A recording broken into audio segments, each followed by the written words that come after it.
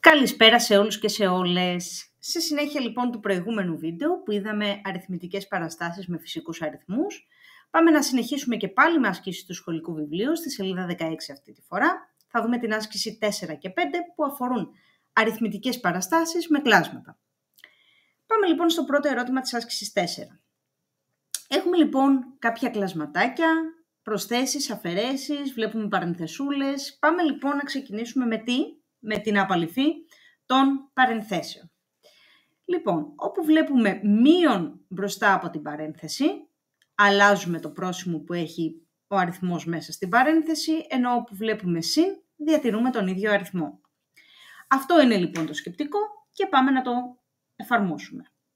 Ξαναγράφουμε το 2 τρίτα όπως είναι, μείον, οπότε θα αλλάξω το πρόσημο, άρα θα το κάνω συν 1 τέταρτο, συν, οπότε θα διατηρήσω το μείον 1 δεύτερο, μείον, οπότε θα αλλάξω το πρόσημο, οπότε το συν θα γίνει μείον 1 δωδέκατο. Και τώρα λοιπόν έχουμε ετερόνυμα κλασματάκια, τα οποία όπως ξέρουμε και από την πρώτη γυμνασίου θα πάμε να βρούμε το ελάχιστο κοινό πολλαπλάσιο των παρονομαστών για να τα μετατρέψουμε σε ομώνυμα. Άρα λοιπόν έχω το ελάχιστο κοινό πολλαπλάσιο του 2, του 3, του 4 και του 12 είναι το 12. Πάμε λοιπόν τώρα να βάλουμε καπελάκια και να δούμε ποιον αριθμό θα βάλουμε πάνω στο κάθε καπελάκι. Λοιπόν, το 3 για να γίνει 12 θα πρέπει να το πολλαπλασιάσουμε με το 4. Το 4 για να γίνει 12 το πολλαπλασιάζουμε με το 3. Το 2 για να γίνει 12 το πολλαπλασιάζουμε με το 6 και το 12 για να παραμείνει 12 το πολλαπλασιάζουμε με το 1.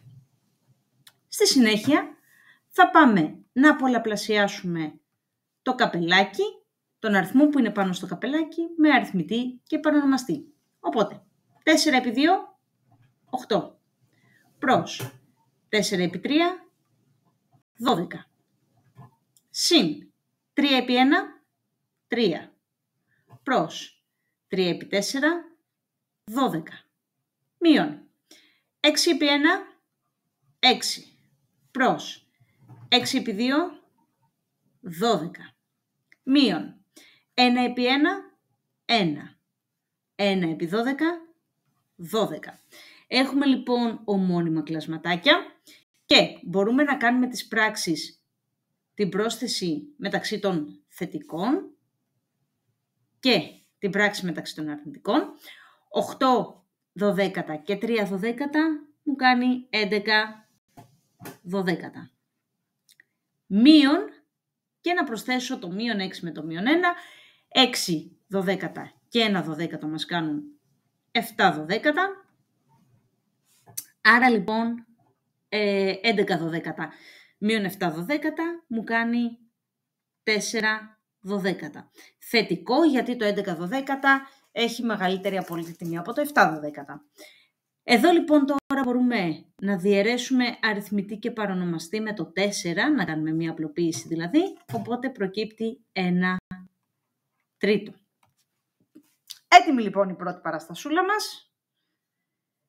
Ελπίζω να μην μας έχει δυσκολέψει αρκετά και πάμε στην επόμενη. 2 παρενθεσούλες εδώ πέρα.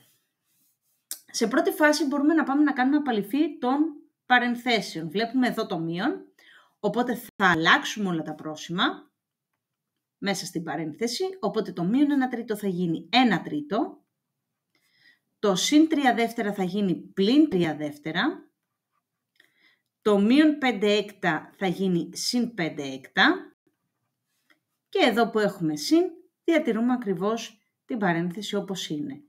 Μείον 1 δεύτερο, συν 5 τρίτα, μείον 11 έκτα. Και τώρα λοιπόν βλέπουμε ότι έχουμε ετερόνυμα κλασματάκια, τα οποία θα βάλουμε καπελάκι από πάνω και θα βρούμε το ελάχιστο κοινό πολλαπλάσιο των παρονομαστών. Του 2, του 3 και του 6, που όπως γνωρίζουμε όλοι είναι το 6. Και πάμε. Το 3 για να γίνει 6 θέλει 2, το 2 για να γίνει 6 θέλει 3, το 6 για να παραμείνει 6 θέλει τη μονάδα, Το 2 θέλει το 3 για να γίνει 6, το 3 θέλει 2 και το 6 θέλει 1. Και συνεχίζουμε. Πολλαπλασιάζω το καπελάκι με αριθμητή και παρονομαστή. 2 επί 1, 2. 2 επί 3, 6. Μείον. 3 επί 3, 9. Προς 3 επί 2, 6. Συν. Βλέπετε έτσι. Δεν αλλάζουμε το πρόσημο. Το πρόσημο που είναι το ίδιο βάζω. 1 επί 5, 5. Προς 1 επί 6, 6. Συνεχίζουμε. Μείον. 3 επί 1, 3. Προς 2 επί 3, 6. Και 2 επί 5, 10. Προς 2 επί 3, 6. Μείον 11 επί 1, 11. Προς 1 επί 6, 6. Σε αυτή εδώ την περίπτωση τώρα μπορούμε να πάμε να ομαδοποιήσουμε τους θετικούς αριθμούς, να τους βάλουμε δηλαδή μαζί, έτσι, για να είναι πιο εύκολο στο μάτι για να γίνει πράξη. 2 έκτα και 5 έκτα και 10 έκτα, νομίζω δεν έχουμε κάτι άλλο, έτσι, αυτά είναι. Και μείον 9 έκτα, πλην 3 έκτα, πλην 11 έκτα. Οπότε, ίσο 2 έκτα και 5 έκτα και 10 έκτα μας κάνει 17 έκτα. Και βάζουμε μείον και προσθέτουμε τους αρνητικούς αριθμούς. 9 και 3 μας κάνει 12 και έχουμε 12 και 11, 23 έκτα. Τι θα κάνουμε στη συνέχεια? Αφαίρεση. Ποιο είναι το πρόσημο του μεγαλύτερου? Το μείον. 23 έκτα μείον 17 έκτα μας κάνει 6 έκτα, άρα είναι μείον 1. Έτοιμο λοιπόν και το δεύτερο ερώτημα και προχωράμε στο τρίτο.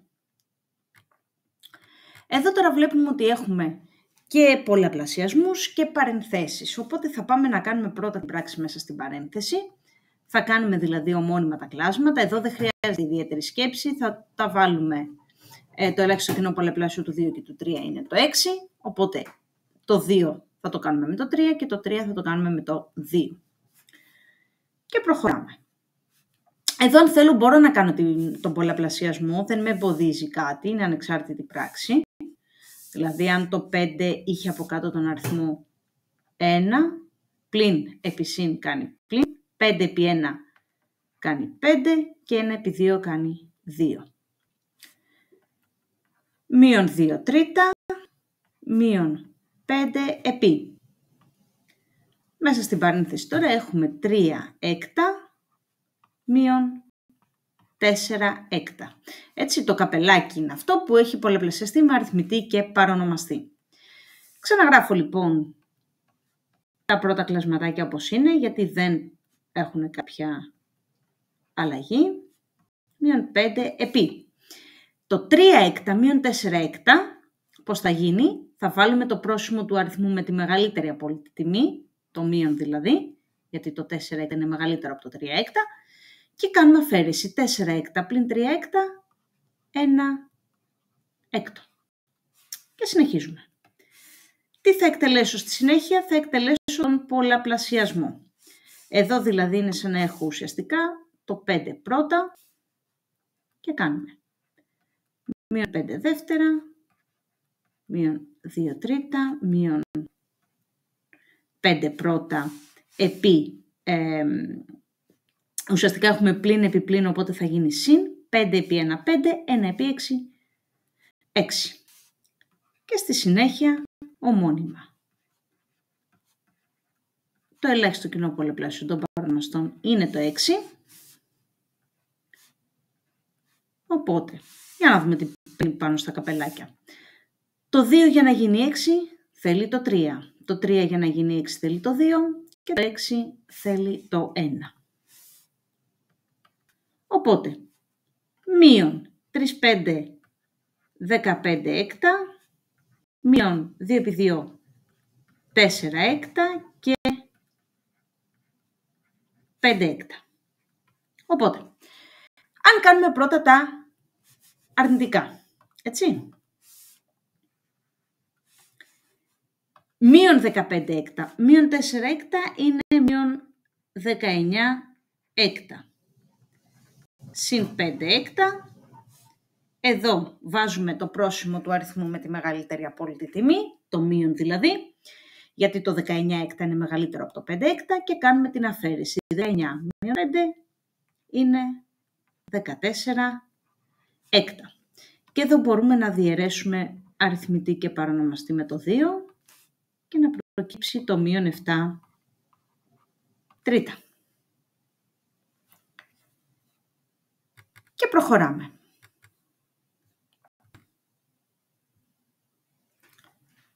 Λοιπόν, και πάλι έχουμε παρενθεσούλες όπου θα δώσουμε προτεραιότητα. Εδώ μπορούμε να βάλουμε στον παρονομαστή το 1, οπότε στο καπελάκι θα έχουμε το 2 και εδώ το 1. Εδώ το ελάχιστο κοινό πολλαπλάσιο του 2 και του 5 είναι το 10, οπότε το 5 στο 1, το 2 στο άλλο και αντίστοιχα το 3 και το 5. Και προχωράμε. 2 επί 1, 2. Έτσι, οι παρενθεσούλες δεν τις διώχνουμε ακόμα. 7 δεύτερα, γιατί πολλαπλασιάζουμε πάνω κάτω με το 1. Επί 5 επί 1, 5, 5 επί 2, 10, μείον 2 επί 4, 8, 2 επί 5, 10. Μείον 3 πέμπτα, διά. Μείον 2 επί 3, 6, 3, 5, 15 και 2 επί 5, 10 και 3, 5, 15.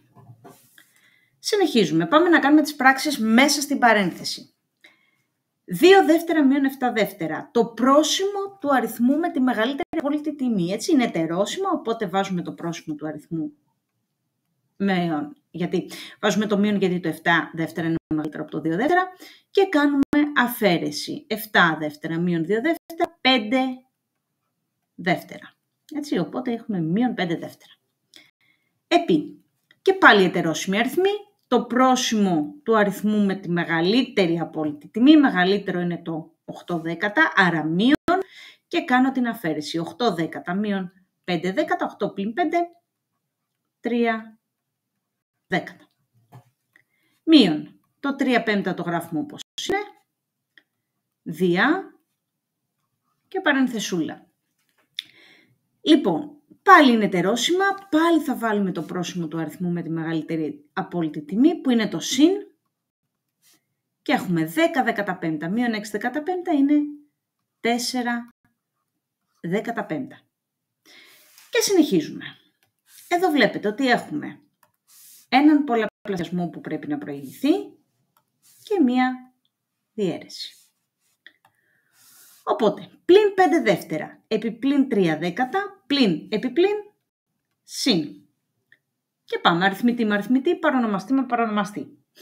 3 επί 5, 15, προς 2 επί 10, 20. Μείον, γιατί έχουμε πλην διασύν. Πλην διασύν, κρατάμε λοιπόν το μείον. Και έχουμε 3 πέμπτα και είπαμε ότι πολλαπλασιάζουμε με τον αντίστροφο. Άρα λοιπόν 15 προς 4. Και συνεχίζουμε. 15 20 μείον 3 επί 15. Πόσο μας κάνει 3 επί 15? Μας κάνει 45 προς 4 επί 5, 20. Δεν είμαστε τυχεροί, μας έχουν βγει ομώνυμα τα κλάσματα, οπότε πάμε κατευθείαν και βάζουμε το 20 στον παρονομαστή. Και τι πρόσημο θα βάλουμε? Έχουμε ετερόσημα, έτσι. Οπότε το πρόσημο του μεγαλύτερου, το με τη μεγαλύτερη απόλυτη τιμή, που είναι το 45, άρα μείον, και κάνουμε τώρα 45 μείον 15. 45 μείον 15 μας κάνει 30. Και αν θέλουμε μπορούμε να διαιρέσουμε αριθμητή και παρονομαστή με το 10, μείον 3 δεύτερα. Έτοιμο λοιπόν και το τελευταίο ερώτημα και πάμε να προχωρήσουμε στην άσκηση 5 με σύνθετα κλάσματα. Υπενθυμίζουμε ότι σύνθετο είναι ένα κλάσμα που και στον αριθμητή και στον παρονομαστή έχει κάποια άλλα κλάσματα. Εδώ λοιπόν βλέπουμε ότι στον αριθμητή και απλά έχουμε κλάσματα και στον παρονομαστή. Έχουμε αριθμητικές παραστάσεις με κλάσματα. Οπότε λοιπόν πάμε να κάνουμε ομώνυμα τα κλάσματα του αριθμητή και τα κλάσματα του παρονομαστή, έτσι. Οπότε, το ελάχιστο κοινό πολλαπλάσιο του 2, του 3 και του 1 στην προκειμένη περίπτωση είναι το 6. Το 2 για να γίνει 6 θέλει το 3, το 3 για να γίνει 6 θέλει το 2 και το 1 θέλει το 6. Αντίστοιχα στον παρονομαστή, έτσι, στα κλάσματα του παρονομαστή έχουμε το 1 για να γίνει 6 θέλει το 6, το 6 θέλει το 1 και το 2 θέλει το 3. Οπότε, πάμε. Τα καπελάκια μας με τον κάθε όρο. 3 επί 1, 3 προς 3 επί 2, 6. Συν 2 επί 2, 4 προς 3 επί 2, 6. Μείον 6 επί 1, 6 προς 6 επί 1, 6. Και στον παρονομαστή, 3 επί 6, 18 προς 6, μείον 1 προς 6, έτσι, γιατί πολλαπλασιάζουμε με το 1 πάνω κάτω, συν 3 επί 1, 3 προς 3 επί 2, 6. Ίσον. Μπορούμε εδώ να κάνουμε το εξής. Να βάλουμε τα αρνητικά μαζί, δηλαδή μείον 3 έκτα, μείον 6 έκτα, συν 4 έκτα. Και έχουμε 18 έκτα και 3 έκτα, μείον 1 έκτο. Ίσον. Μείον 3 έκτα, μείον 6 έκτα, δηλαδή βάζουμε το πρόσημο μείον, και προσθέτουμε τις απόλυτες τιμές. 3 και 6 μας κάνει 9 έκτα. Και 4 έκτα. Στον παρονομαστή. 18 και 3 μας κάνει 21 έκτα, μείον 1 έκτο. Και προχωράμε. Τι κάνουμε λοιπόν εδώ. Μείον 9 έκτα συν 4 έκτα είναι ετερόσημα, οπότε θα βάλω το πρόσημο του αριθμού με τη μεγαλύτερη απόλυτη τιμή, το μείον λοιπόν, και θα κάνω αφαίρεση 9 έκτα. Μείον 4 έκτα είναι 5 έκτα. Προς 21 έκτα μείον 1 έκτο κάνει 20 έκτα. Και τώρα, έχουμε ένα σύνθετο κλάσμα. Οκ. Πρώτα απ' όλα να συμφωνήσουμε για το τι πρόσημο θα βάλουμε. Στον αριθμητή έχουμε μείον, στον παρονομαστή έχουμε συν. Ακολουθούμε λοιπόν τον κανόνα ότι πλην δια συν μου κάνει πλην. Έτσι λοιπόν αποφασίζω ότι το σύνθετο κλάσμα μπροστά παίρνει το αρνητικό πρόσημο. Και στη συνέχεια, αν κάνω τον άκρο όρο με τον άκρο, θα πάρω τον αριθμητή, δηλαδή 5 επί 6 και τους μέσους τους βάζω στον παρονομαστή. 6 επί 20. Εδώ τώρα χρειάζεται να βιαστώ και να πάω να κάνω πράξεις, γιατί το ξαναγράφω το πρόσημο μείον, έτσι. Και στον αριθμητή και στον παρονομαστή βλέπω ότι έχω εξάρια που απλοποιούνται. Και έχω 5 εικοστά. 5 εικοστά. Που αν διαιρέσω αριθμητή και παρονομαστή με το 5, να κάνω απλοποίηση δηλαδή, προκύπτει 1 τέταρτο. Αυτή λοιπόν είναι η απάντησή μου. Τόσο εύκολα και τόσο απλά. Απλά πρέπει βήμα-βήμα την άσκηση να τις πάμε σε μικρά κομμάτια.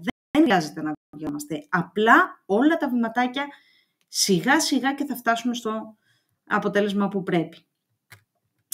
Για πάμε λοιπόν τώρα στο επόμενο, στο β ερώτημα. Εδώ αν δείτε, ο αριθμητής και ο παρονομαστής μοιάζουν πάρα πολύ. Βλέπετε ότι τα νούμερα είναι ίδια. Έχουμε πολλαπλασιασμό και αφαίρεση, πολλαπλασιασμό και αφαίρεση.